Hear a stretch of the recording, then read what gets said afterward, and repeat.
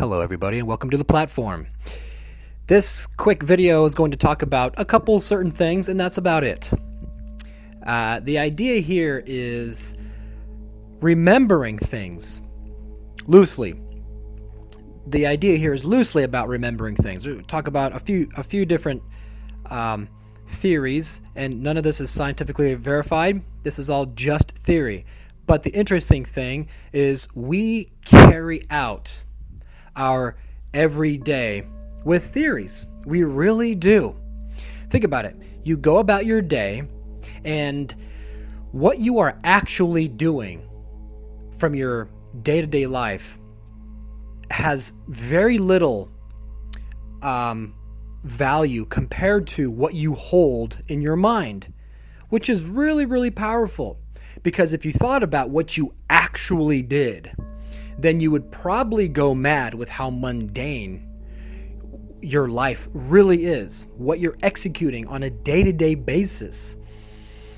And the thing that actually sustains us are the theories and the thoughts about ourselves that carry us out throughout the day, that carry us on throughout the day. It's interesting, isn't it? Because you can be somebody who, I don't know, let's just say you dig holes for a living. And you're out there digging a hole, and from the objective observer, if you were to look at somebody digging a hole, you could think to yourself, geez, what kind of existence is that? They're just digging holes. The person who themselves is digging the hole, they're thinking, hey, I'm digging a hole here, but you know what? Everything's going to get better. Or they can say something along the lines of, but this is for a greater cause that I'm going to be a part of. And, I only do this for my family because I need to support my family who I love and they mean everything to me. And so you see how powerful the mind is. And so the reason why, just because something isn't scientifically verified or if it's not measurable, doesn't mean that it doesn't have any value. Like I put in the last video of, Carl Jung, talking about how the importance of the internal world, the internal, according to the individual. Very interesting, very powerful stuff.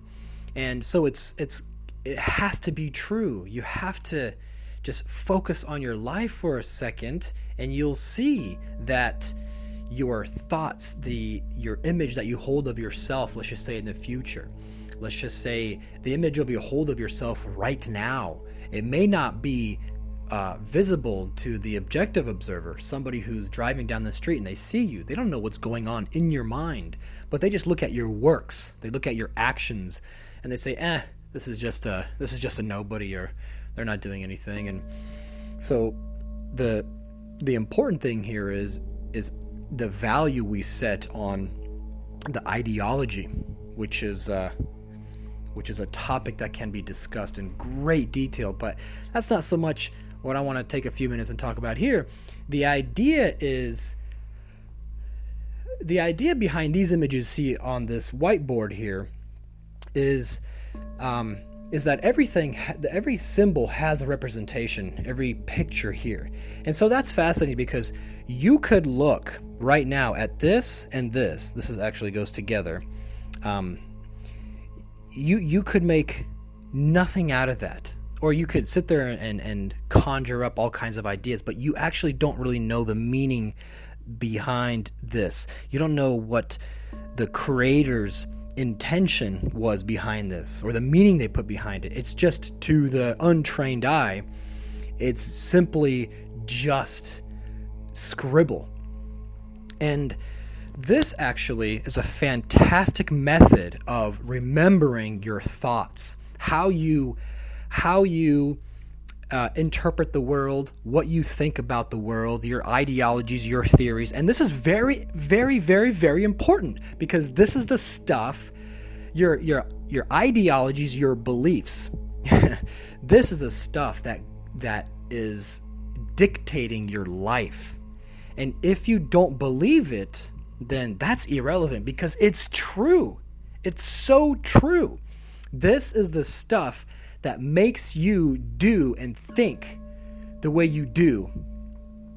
And so it's very important to be able to, I think now, to be able to compile your thoughts and your theories, because you can think one thing one day and then think another thing the next day, and so you dismiss these things that that maybe you want to apply to your life. Let's just say you get like, here's an example. Let's just say you watch a motivational video that teaches you how to, or it inspires you to take action and think differently, and you get really excited because this 3-minute video just totally charged you up. And then guess what happens? Maybe it stimulates you to do something for a day or two, or maybe a week, gosh, and if you're lucky, maybe 2 weeks. And then what happens? Well, you go right back to the way you were. If not the next morning, right away, it'll just gradually come back. You'll start to do away with the things that you started to incorporate in your daily routine, and then they slowly got eliminated. Why? Well, because your core belief, your conditioning, everything that makes you up until this point is so deeply rooted into your being that it's so hard to undo. You ever heard that saying? It's you can't teach an old dog new tricks. Well, why is that? Why is it, especially when we're talking about human beings, as they get older, they become so set in their ways? Why is that? And how do we change that? Should we? Well, you see, it's hard to remember all the things that inspired us. How do you adhere to new thoughts, take new actions, and sustain it? How do you just become different? Especially, this is for those who want things to go differently in their life. I'm not necessarily talking about finances and material things, but just a different way of being. Because let's just say you're somebody who has a proclivity towards negativity. So you wake up every day and you just constantly seem to have this perspective. This line right here represents a perspective, and let's just say that one of the baseline perspectives is negativity. So you grew up in a negative household. No matter what happened, it always seemed like things always returned to the negative. No matter what positive things could happen in your family, let's just say in your family, then it wouldn't be long before things return to a negative state. And that could be because your mom's negative or your father's negative. They're both negative. Negative environment. And so it doesn't matter how much optimism or positive thinking you try to adopt and become, if you keep sticking around these people that are negative and also be in a negative environment, you're gonna go back to the same way. That's osmosis right there.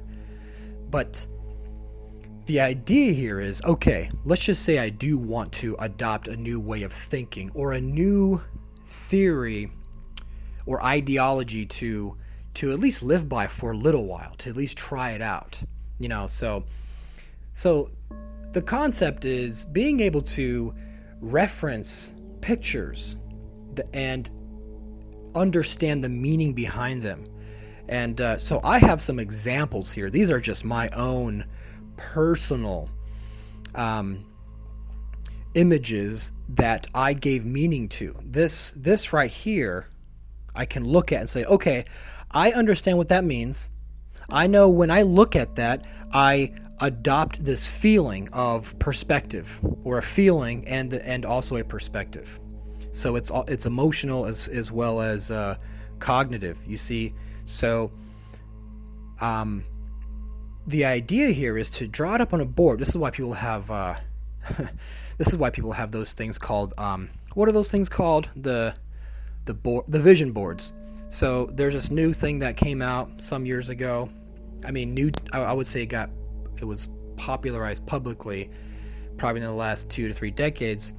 is the idea of a vision board. So the idea behind that is you cut out images of things that you want. Let's just say a car or a beautiful house somewhere, a family, a relationship, money, whatever it is. You find images. You can go on the internet, you print them out, or you find them in magazines, or you can even write them down. But you see, images works very good because I think a lot of us think in images. It's hard to just write something like in this form and then really believe it to be true, even though one of the methods to adopting a new belief is to write it down and read it repetitively, and then read it so much that eventually you believe it, even if at first you don't believe it. This is how John Assaraf was able to reprogram his thinking. I believe one of his mentors had him write something down along the lines of, I am very successful, I do this and I do that, and yada, yada, yada, yada. And as he was writing it down, he knew subconsciously, even consciously, he said, God, this isn't true. I just know this isn't true. But his mentor said, keep writing it. Just keep writing it, so much so that eventually it just becomes so deeply enrooted that it becomes a belief and you can no longer challenge it. And so writing things down is one way, but the images is great, especially when they're not so superficial, because I could have an image board or a vision board, let's just say, and I put let's just think shallow here or superficial, just like a Ferrari and a mansion in Malibu, and who knows, maybe I have $1 trillion in my bank account and I have 19 kids and 4 dogs, and then I have 6 vacation home somewhere, and let's just say over here I become the president of the United States, and yada yada yada. We cut these images out and put them down, and that's fine because we can look at that and say, gosh, I believe this. Like, this is my life. Like, this is reality. I just need to manifest it. And it's cool. It's actually a very interesting way of changing how we want our lives to play out. So these, for me, aren't necessarily like vision boards, like, I want my life to pan out like this. But this is more of like, hey, this was a thought. And instead of writing out 5 pages of information, how can I just show it in picture form and then understand it? And then how can I build on, let's just say, a thought or a theory? And so for me, doing pictures like this is great because it sucks to have a really good thought, at least just good to you. It's fun to think about, a theory of some sort, or maybe if it's in a conspiracy theory, that's fine. But then if you don't think about it long enough, you forget, and then maybe 2 months go by or a year goes by, and then you say, oh gosh, remember that thought that I had? Like, what exactly was I thinking there? And can I even build on top of that one theory or thought? So there's a few things that I think about throughout the day, and let's just say one day I thought about, I hear somebody talk about the Big Bang. You go on YouTube or you hear somebody talking in a conversation and they explain what the Big Bang is. And so the theory is everything, the entire universe started from something that was extremely condensed into something the size of like a small, let's just say a small egg. I don't know. The size of an ostrich egg is what I typically hear. Something that big. And then all of a sudden the thing exploded. And it exploded, and there was a big, giant expansion that happened. And it's been going on for the past, how old is the universe? I think it's 7 billion years or something, between 4 and 8 billion years, and who knows? That's just a number, but that's the idea there. And so my thinking is, if that's the theory, that everything in the universe started from that single point, and assuming that, because now I hear people saying, well, what happened before the Big Bang? So it's like, okay, now you're starting to add more stuff. So can't we just start from the very, very beginning, if that's how things in fact did come about? So the idea here is, okay, everything started about the size of a small egg. I have an acorn here because I'm going to explain later what that means over here. Now, the idea is that the universe started from something this small and exploded, and it went out in all directions, but this is just one simple path that the explosion took, okay? So my thinking here is, if that's a fact, then what was the universe, all the information that was inside this egg, all the material and all the information itself, if it in fact exploded, then what is it exploding out into? And that's a very elementary thought in my view. Like, what is it exploding into exactly? And so the thought is, maybe, gosh, who knows? Maybe it was creating the atmosphere that it was exploding into as it was exploding. And I can make sense of that, because it's kind of like, it kind of goes along the same lines of, well, how did the brain evolve?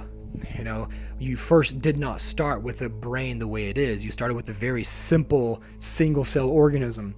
And then over the course of evolution, the brain evolved. And you can see that in animals. You know, you can look at the chimpanzee and say, gosh, this thing, you can look at it and say, man, this thing, the brain is pretty similar to us, but it definitely doesn't have the same capabilities because we have a much more advanced brain. The chimpanzee is pretty stupid compared to us, but yet relatively smart compared to other animals, like the crocodile, who's just an absolute total moron. However, it's extremely efficient in what it does. It just never evolved. The crocodile apparently is millions of years. Apparently, from what I heard, the crocodile has been relatively hasn't evolved in the past 1 million years. It's been relatively the same. And so you say, well, why not? Like, a crocodile's life's pretty crappy. It just has to constantly swim in these bodies of water that eventually shrink so small because of the droughts, and then it has to fight all the other crocodiles, and then the hippos come along, and then lions even come in and try to eat crocodiles because they get so hungry, and it's like, how come the crocodile didn't evolve into an intelligent species that said, you know what, instead of this, I'm actually going to start eating plants over here instead of just having to wait for a gazelle to come by. You know, it's like, why didn't that happen? Why didn't all species evolve? And there's theories. Trust me, I know. I'm not an expert in this at all. I'm just a human being with very simple thoughts about this matter. But the fact is, nobody actually really knows. Yes, there are theories. Yes, there are extremely educated theories. And so those are the ones that we adopt as like a sort of truth to the whole thing. You know, it's like, hey man, let the scientists figure that one out, because their answer is going to be probably much more accurate than yours, just because you're basing things on nothing but just free thinking imagination, and your theory isn't rooted in anything solid like mathematics, science, things of that nature. And that's totally fine. I get it. But the point is that we actually don't really know. We can speculate. We can definitely do a great job at speculating. And so that's why personally I find it fun to think about this kind of stuff, because there isn't it's not a closed and sealed case. You know, it's not like nobody has access to this thinking. If you can think about it and you want to, well, then think about it. And that's the fun thing, is because the whole time you think to yourself, okay, well, we don't have this completely on lockdown, all these theories based on evolution and based on the beginning of the origins of the universe. And so it makes it fun to think, because there is no absolute 100% accurate answer that we can verify. And so there's the idea there. Now, and then I kind of I have this idea that, hey man, look, maybe the information that was inside the universe, as far as what it's expanding into, has all the information was already available inside the small form that it started from, like the egg. And here's another example: the acorn. The acorn grows into an oak tree. But how is that possible when the acorn looks nothing like the oak tree? All the information is stored inside the acorn. And through through exposure to sunlight, through water, nutrition, the oak tree pulls resources from the earth, and it eventually expands into an oak tree.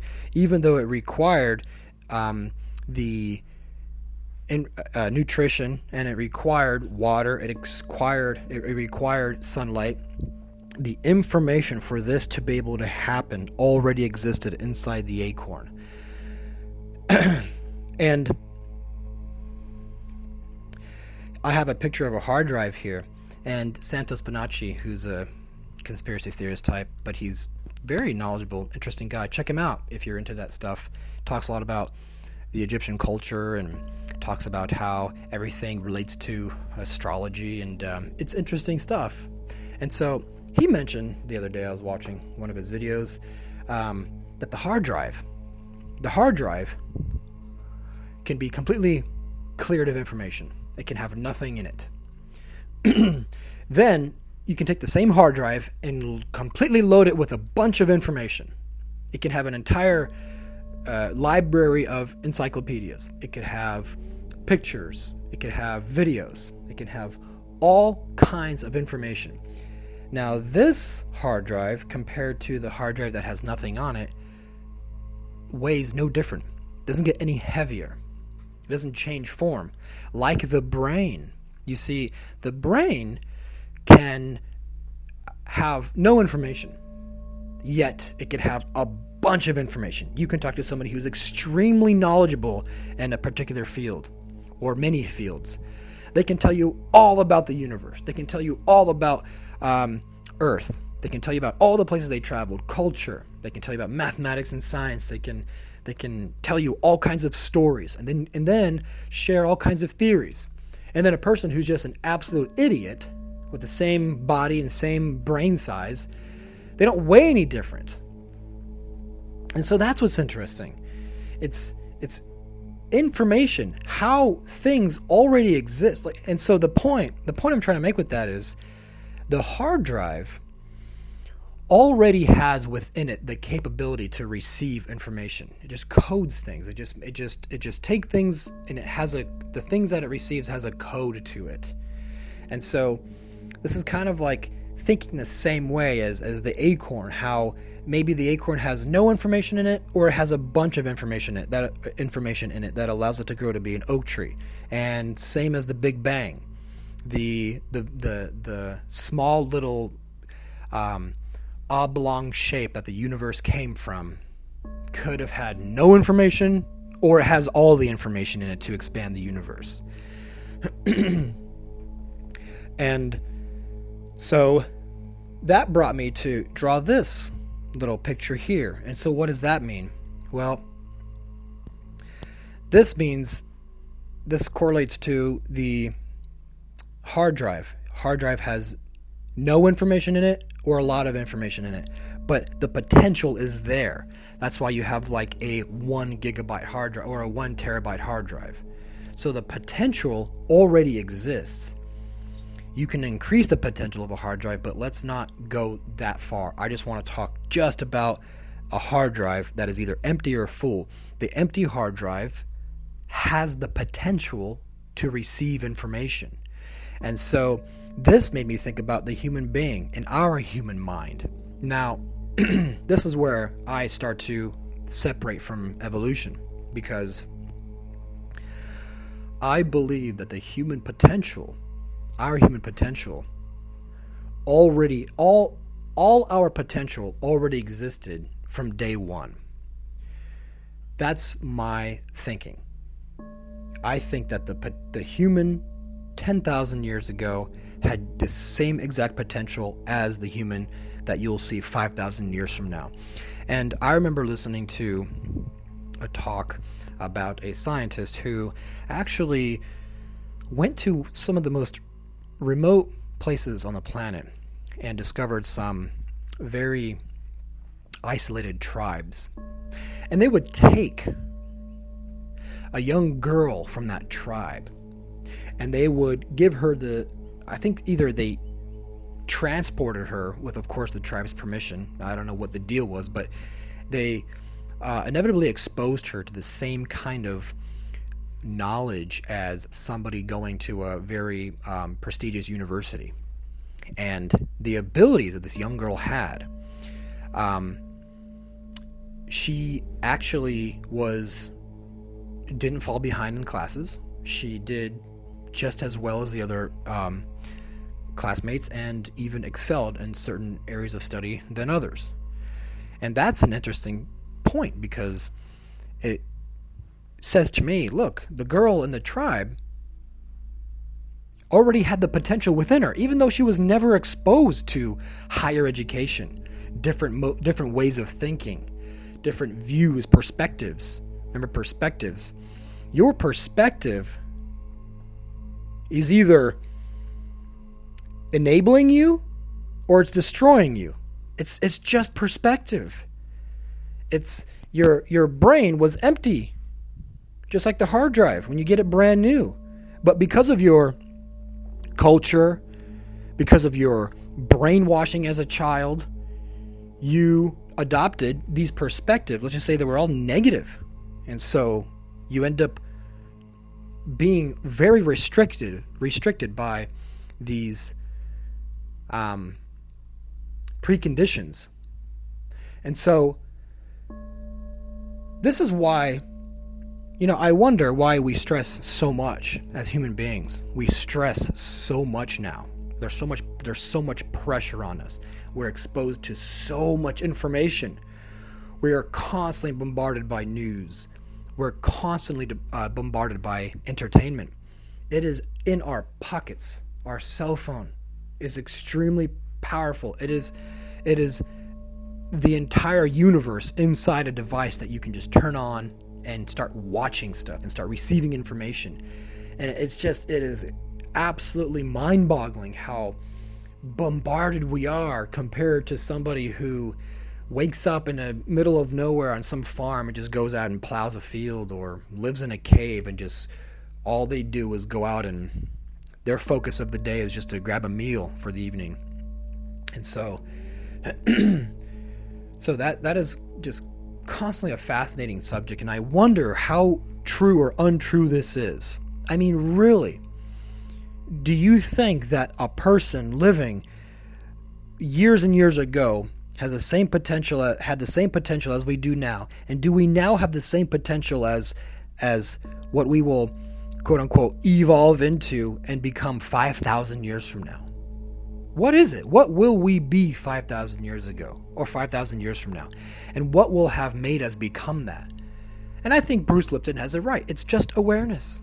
It's just becoming aware of new things. For example, like the girl who lived in the tribe in the remote region of the world, and she was suddenly thrust into a metropolis filled with all kinds of information, and she just became aware. And so her ability to become aware, whatever that mechanism is inside the brain, inside the spirit, already existed.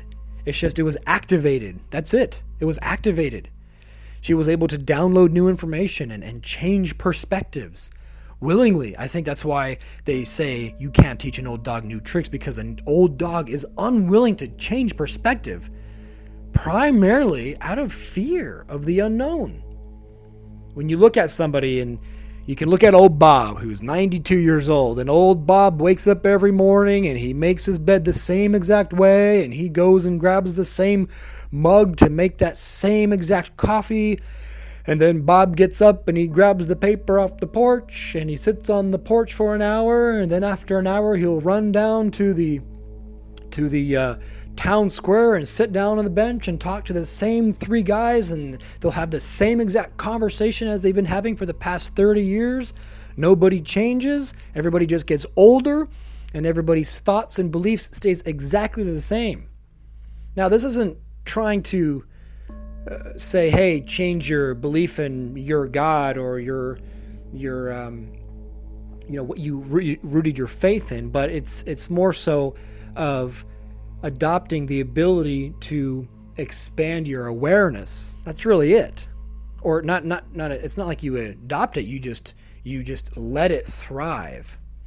Being able to receive new information and challenge it, and not only that, but being curious about it. So I'm going to whip through these last few pictures here because I want to wrap this up. Disregard this information. This isn't for you right now. Okay, so here you are on planet Earth. You are on a ball in the middle of space. And this ball is rotating, spinning, it's going around the Earth or going around the sun and doing all kinds of funky stuff. And there you are stuck on it. You can't jump off it. You are forced to be there. Now you can exit if you want, but let's just assume that you've stuck around. And you have your little wants and your dislikes and your little habits and routines and the thoughts that come in and out of your brain and the things that you think you're entitled to, the things that you are entitled to, the things that you are, your deeply rooted belief systems, the things that you've been exposed to. You'll never go after the things that you aren't aware of. That's an interesting fact. Isn't that interesting? You are never going to go after the things that you are not aware of. Thank you for intuition. I don't know where that comes from, but there's something inside of us that just says, hey, do this thing, man. Like, yeah, do this. It's right. Thank God for that. That's a difficult topic to talk about, so we'll avoid it for now. But nonetheless, you have these things that make you through your conditioning, through your exposure, through your parents, your culture, your society. And so, going back to that point, you will never, ever, excluding intuition, go after something that you are not aware of. It's impossible. You just can't do it. Again, excluding intuition, because that makes it tricky and complicated. But so you're on Earth, and you got your theories, you got your questions, you have your exposure to, let's just say, nature. You have your thoughts on money. You have your deeply rooted subconscious thoughts on money. If you grew up in a broke family and your father and mother were always had a scarcity mindset, guess what? You're going to be the same exact way. Your thoughts, how you envision your future, okay? How you envision if you close your eyes and you envision yourself. Actually, no, let's not even do that. Let's do this. Take a look at where you are. Let's just say you're 35 years old. Take a look at where you are. I bet you that you are not too far off from exactly how your parents were living. Now, that doesn't necessarily mean that your house is the same size. We're talking more like class thinking. You might have a little bit more money than your parents, but that's not that big of a difference. And so the idea here is that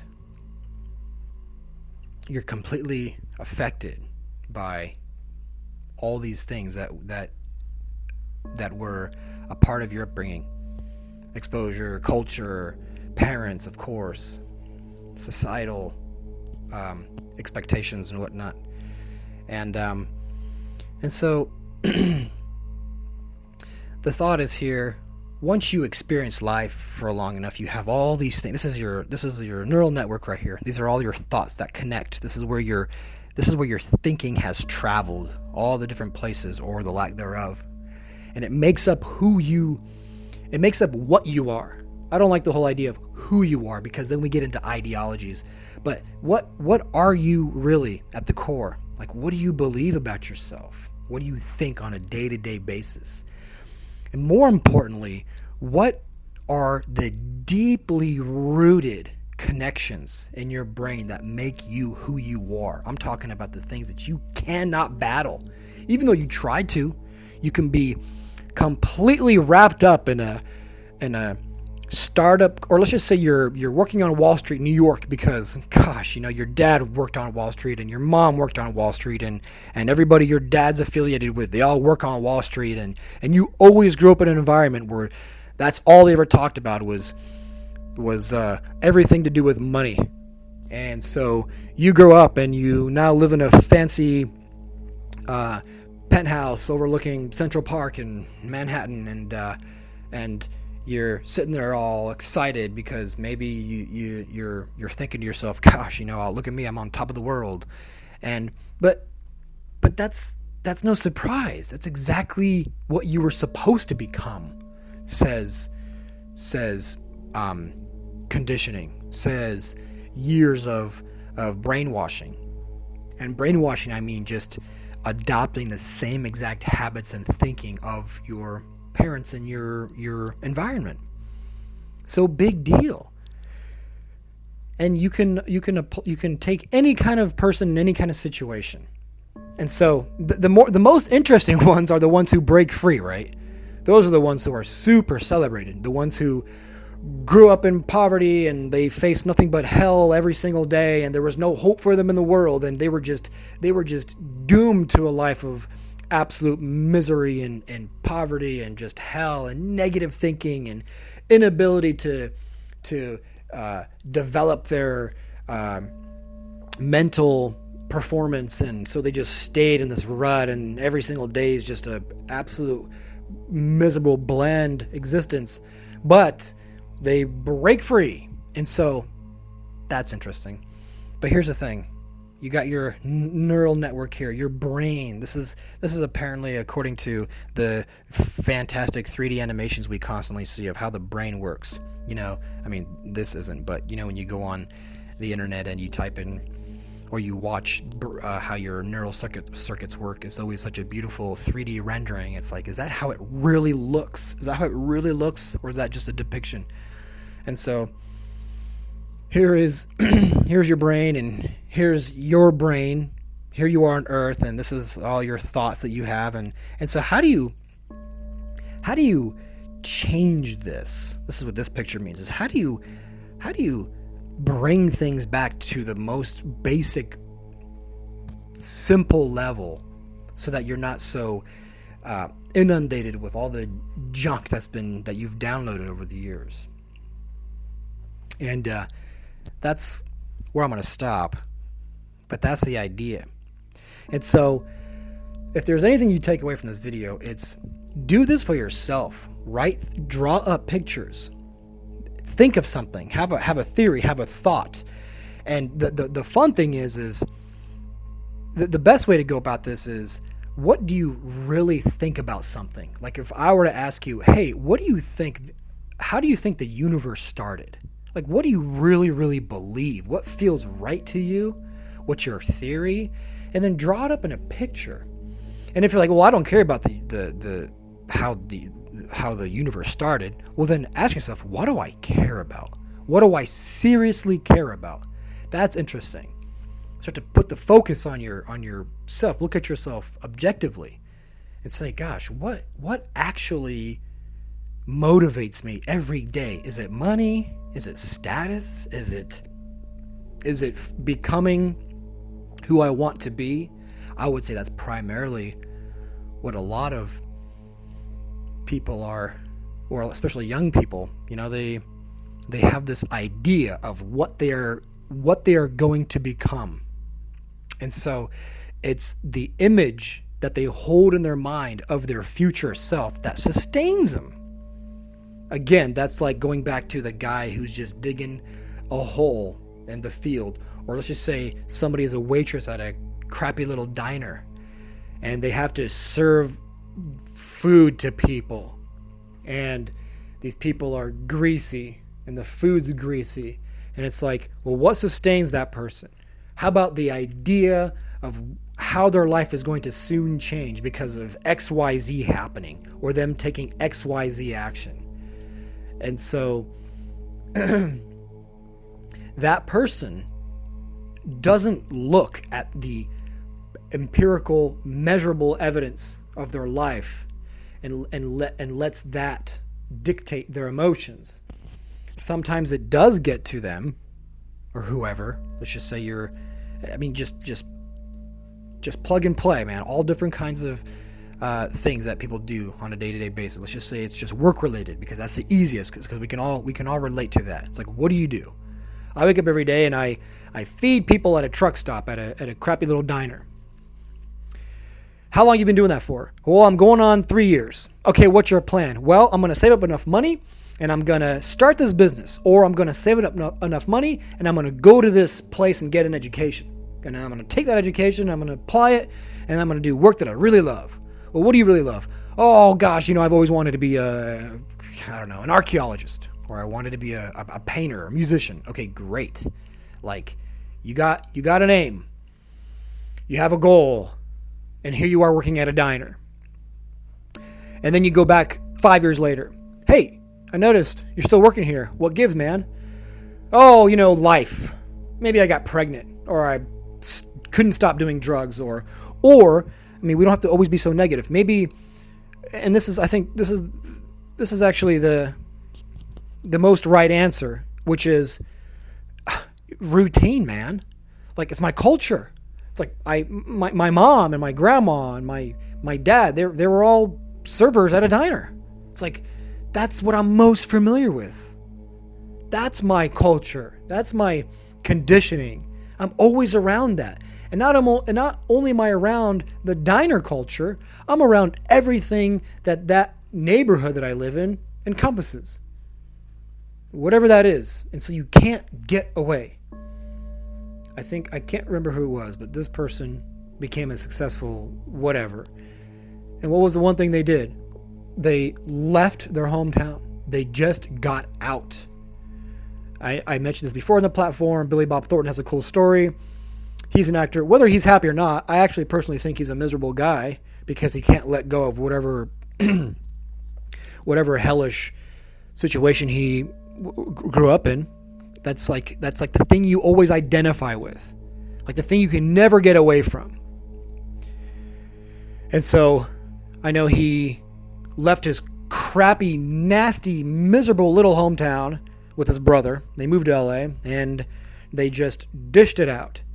And the reason why he was able to become an actor, and a successful one, is because it never occurred to him that there was a possibility of returning home, because it was so bad, it was so miserable, that he would rather die than return. And if you're not changing, if your life isn't changing, it's because the things that you can't stand, you're always returning to, even though you can't stand them or you want to move away from them, because guess what? They're just not bad enough.